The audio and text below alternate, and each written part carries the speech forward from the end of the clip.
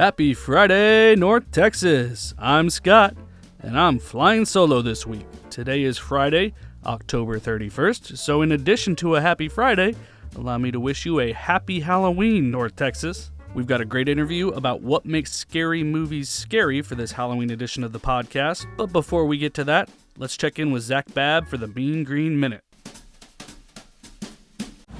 The final home game of the year for Mean Green Soccer didn't go the way they hoped as they fell 3-2 to UAB.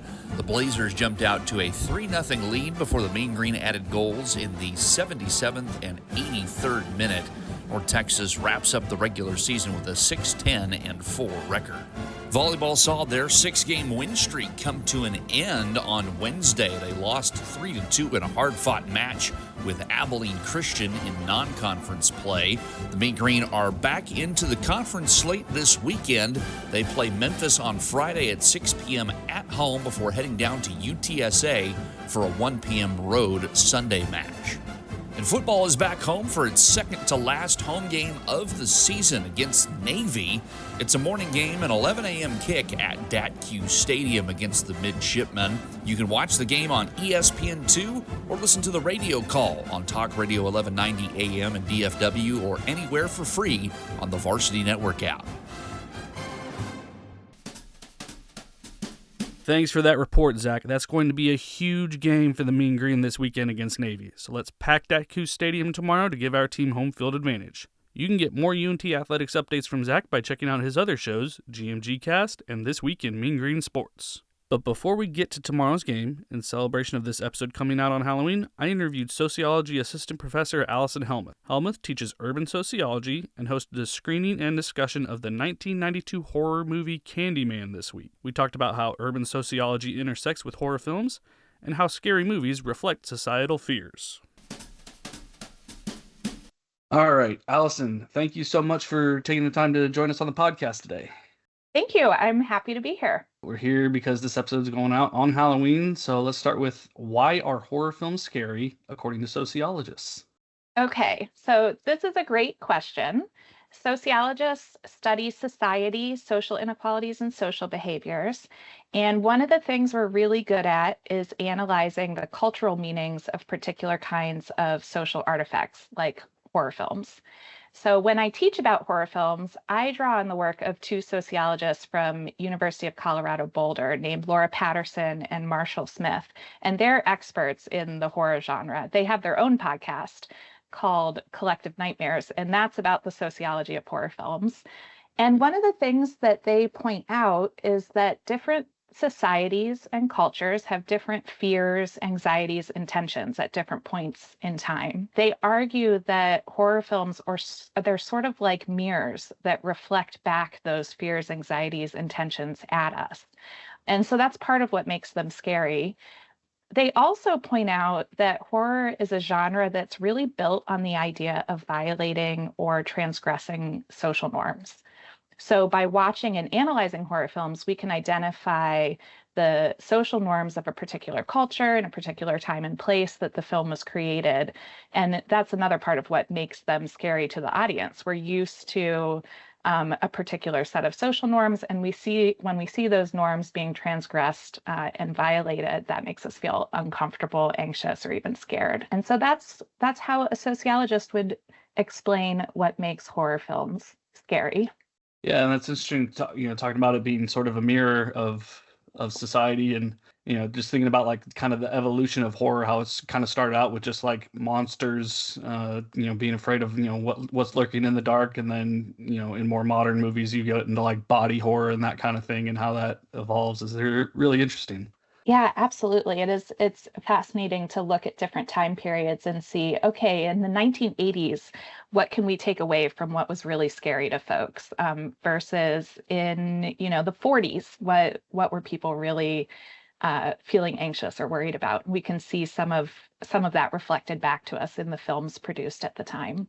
Yeah, that's interesting. So one of your kind of areas of focus is urban sociology. Can you tell me what urban sociology in particular has to do with horror movies? Yes, absolutely. So I'm an urban sociologist. I study urban sociology, And that is, just to explain what it is, it's a subfield of sociology, and it focuses on the urban environment and social dynamics of cities and urban places.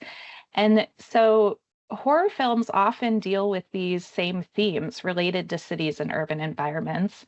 And this is probably because people in US culture have often thought of cities as scary places.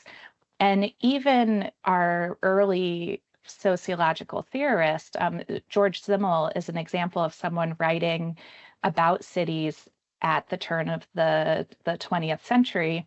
And he was writing about cities during a time when there were a lot of people moving to cities from rural places. Cities were growing very quickly. There was large scale industrialization.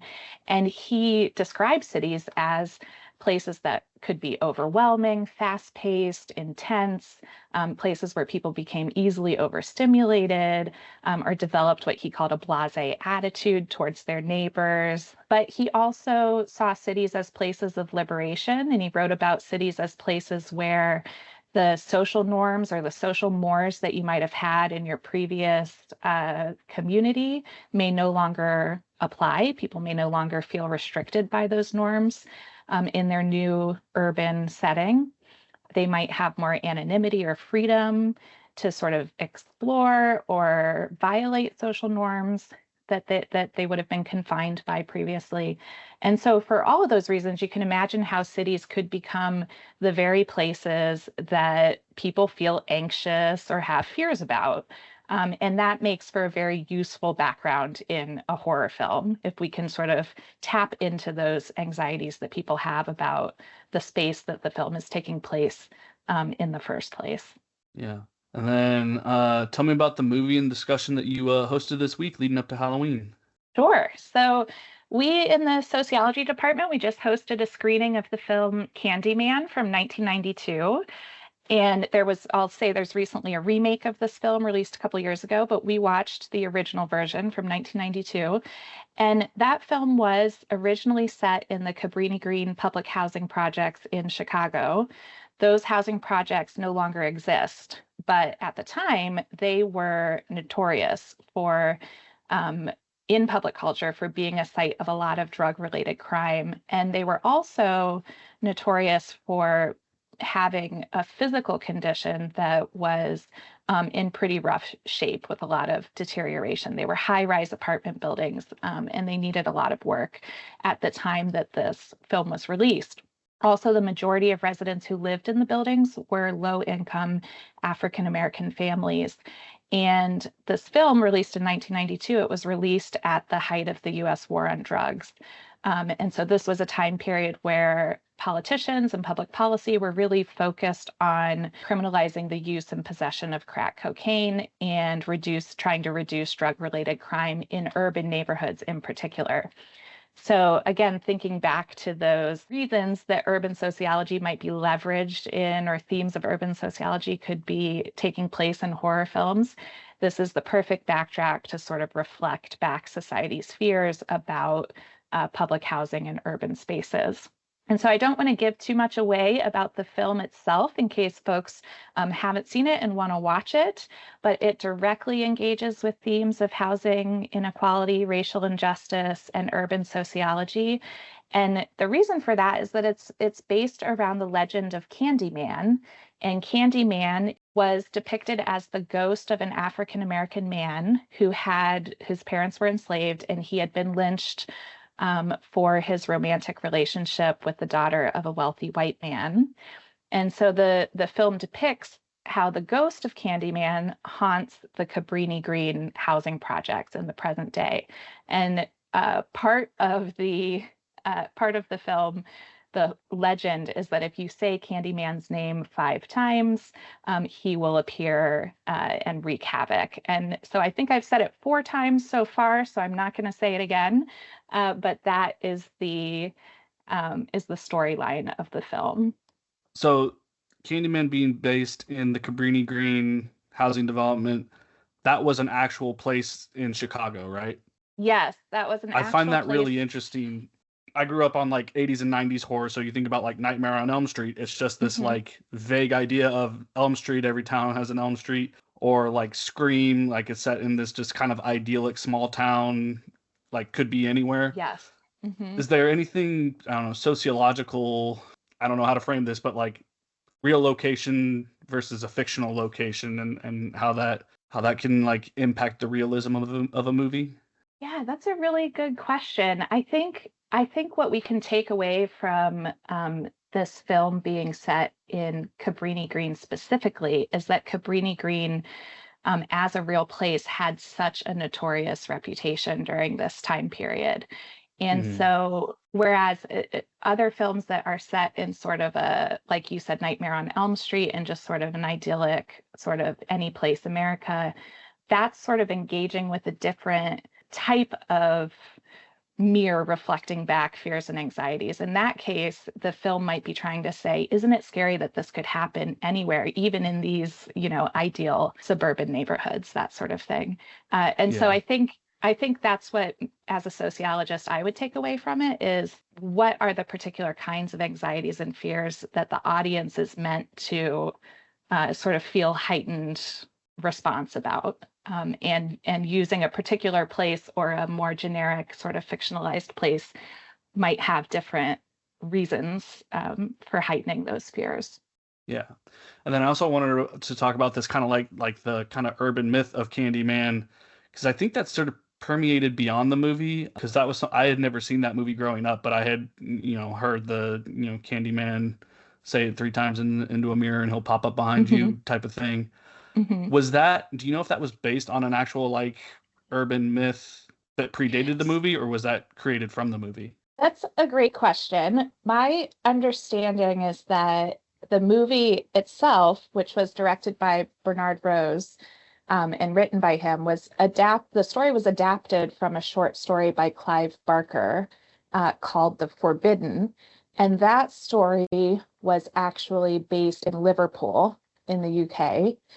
And there were some elements that are the same.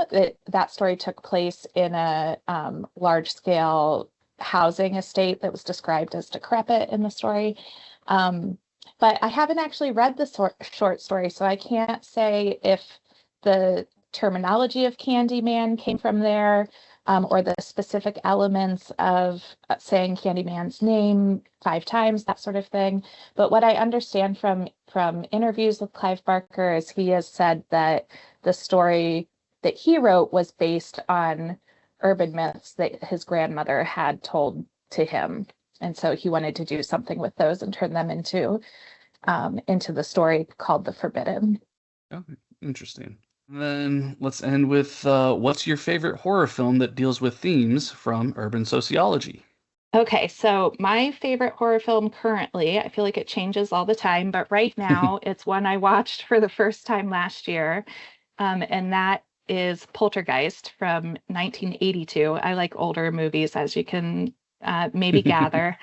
And so Poltergeist also deals with supernatural themes. And it's actually similar to what we talked about with Nightmare on Elm Street, where it's based around a home in a really picturesque, newly developed suburban residential community. And that home is experiencing some kind of mysterious haunting. And partly I love this film because some of the special effects of the time that were probably really cutting edge, now they feel over the top and campy. And so it's spooky and creepy, but it's also not that scary. It's also kind of funny and absurd at times. So it's a fun watch. But it deals with themes of urban sociology because now this is a spoiler alert. So stop listening now if you don't want this to be spoiled. But it's revealed at the end of the film that the reason the home is being haunted is because um, the real estate company that developed these new homes in this picturesque suburb, they built them over a cemetery without moving the graves. And they did Hmm. this as a cost-cutting measure. And so there's this underlying moral to what is essentially an elaborate ghost story, that the real villain of the story is this profit-oriented real estate developer who made this cost-cutting decision, and it ended up in haunting this family in this home where one of the people selling the homes lived. And so it sort of flips the kinds of fears and anxieties that we talked about with respect to the Cabrini Green projects on their heads, In this case, the fear is that the suburbs are a place framed culturally as the place that people who can afford to do so will move to get away from those scary urban neighborhoods, to get away from the social ills of cities. But what happens if you move there and suddenly you're faced with this new problem of this scary haunting that has occurred? So that's currently my favorite film that deals with urban sociology themes. Yeah, it's an interesting one. I've never actually seen Poltergeist, It's but good. I was aware of the burial ground plot point, so I think Uh-huh. we're safe on the spoiler alert on that Okay, great. one. All right, those are all my questions, Allison. Thank you so much for lending us your time and expertise today. My pleasure. I'm happy to be here, and I hope everyone has a happy Halloween. I had a great time interviewing Allison. Always fun to get to talk about horror movies with a fellow fan, especially in the heart of spooky season. And I got lucky with my schedule and was able to attend the screening of Candyman, and it was great to take part in that and be back on campus and take part in the discussion with students. It was really, really fun. It's great to feel like you're back in the classroom again. Let us know if you have any thoughts or questions for the podcast by emailing podcast@unt.edu or calling 940-565-4341. And don't forget to help us grow by telling a friend about the show, sharing it on social media, or leaving us a 5-star rating and review wherever you listen. Until next time, we hope you have a happy Friday, North Texas, and go Mean Green.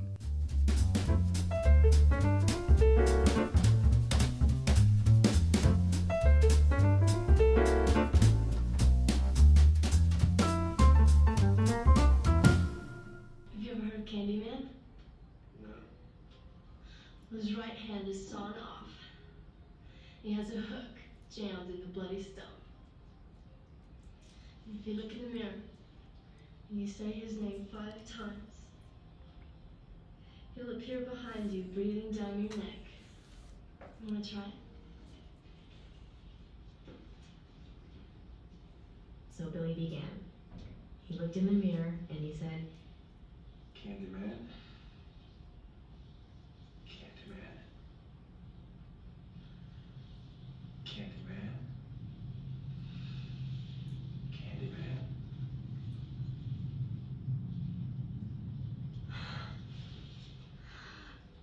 No one ever got past 4. she looked in the mirror, and I don't know why, but she said his name the last time. Candyman. She turned out the lights. Happy Friday, North Texas, a production of the University of North Texas. Today's show was produced and edited by Scott Brown with original reporting by Scott Brown. For more information, visit unt.edu/podcast.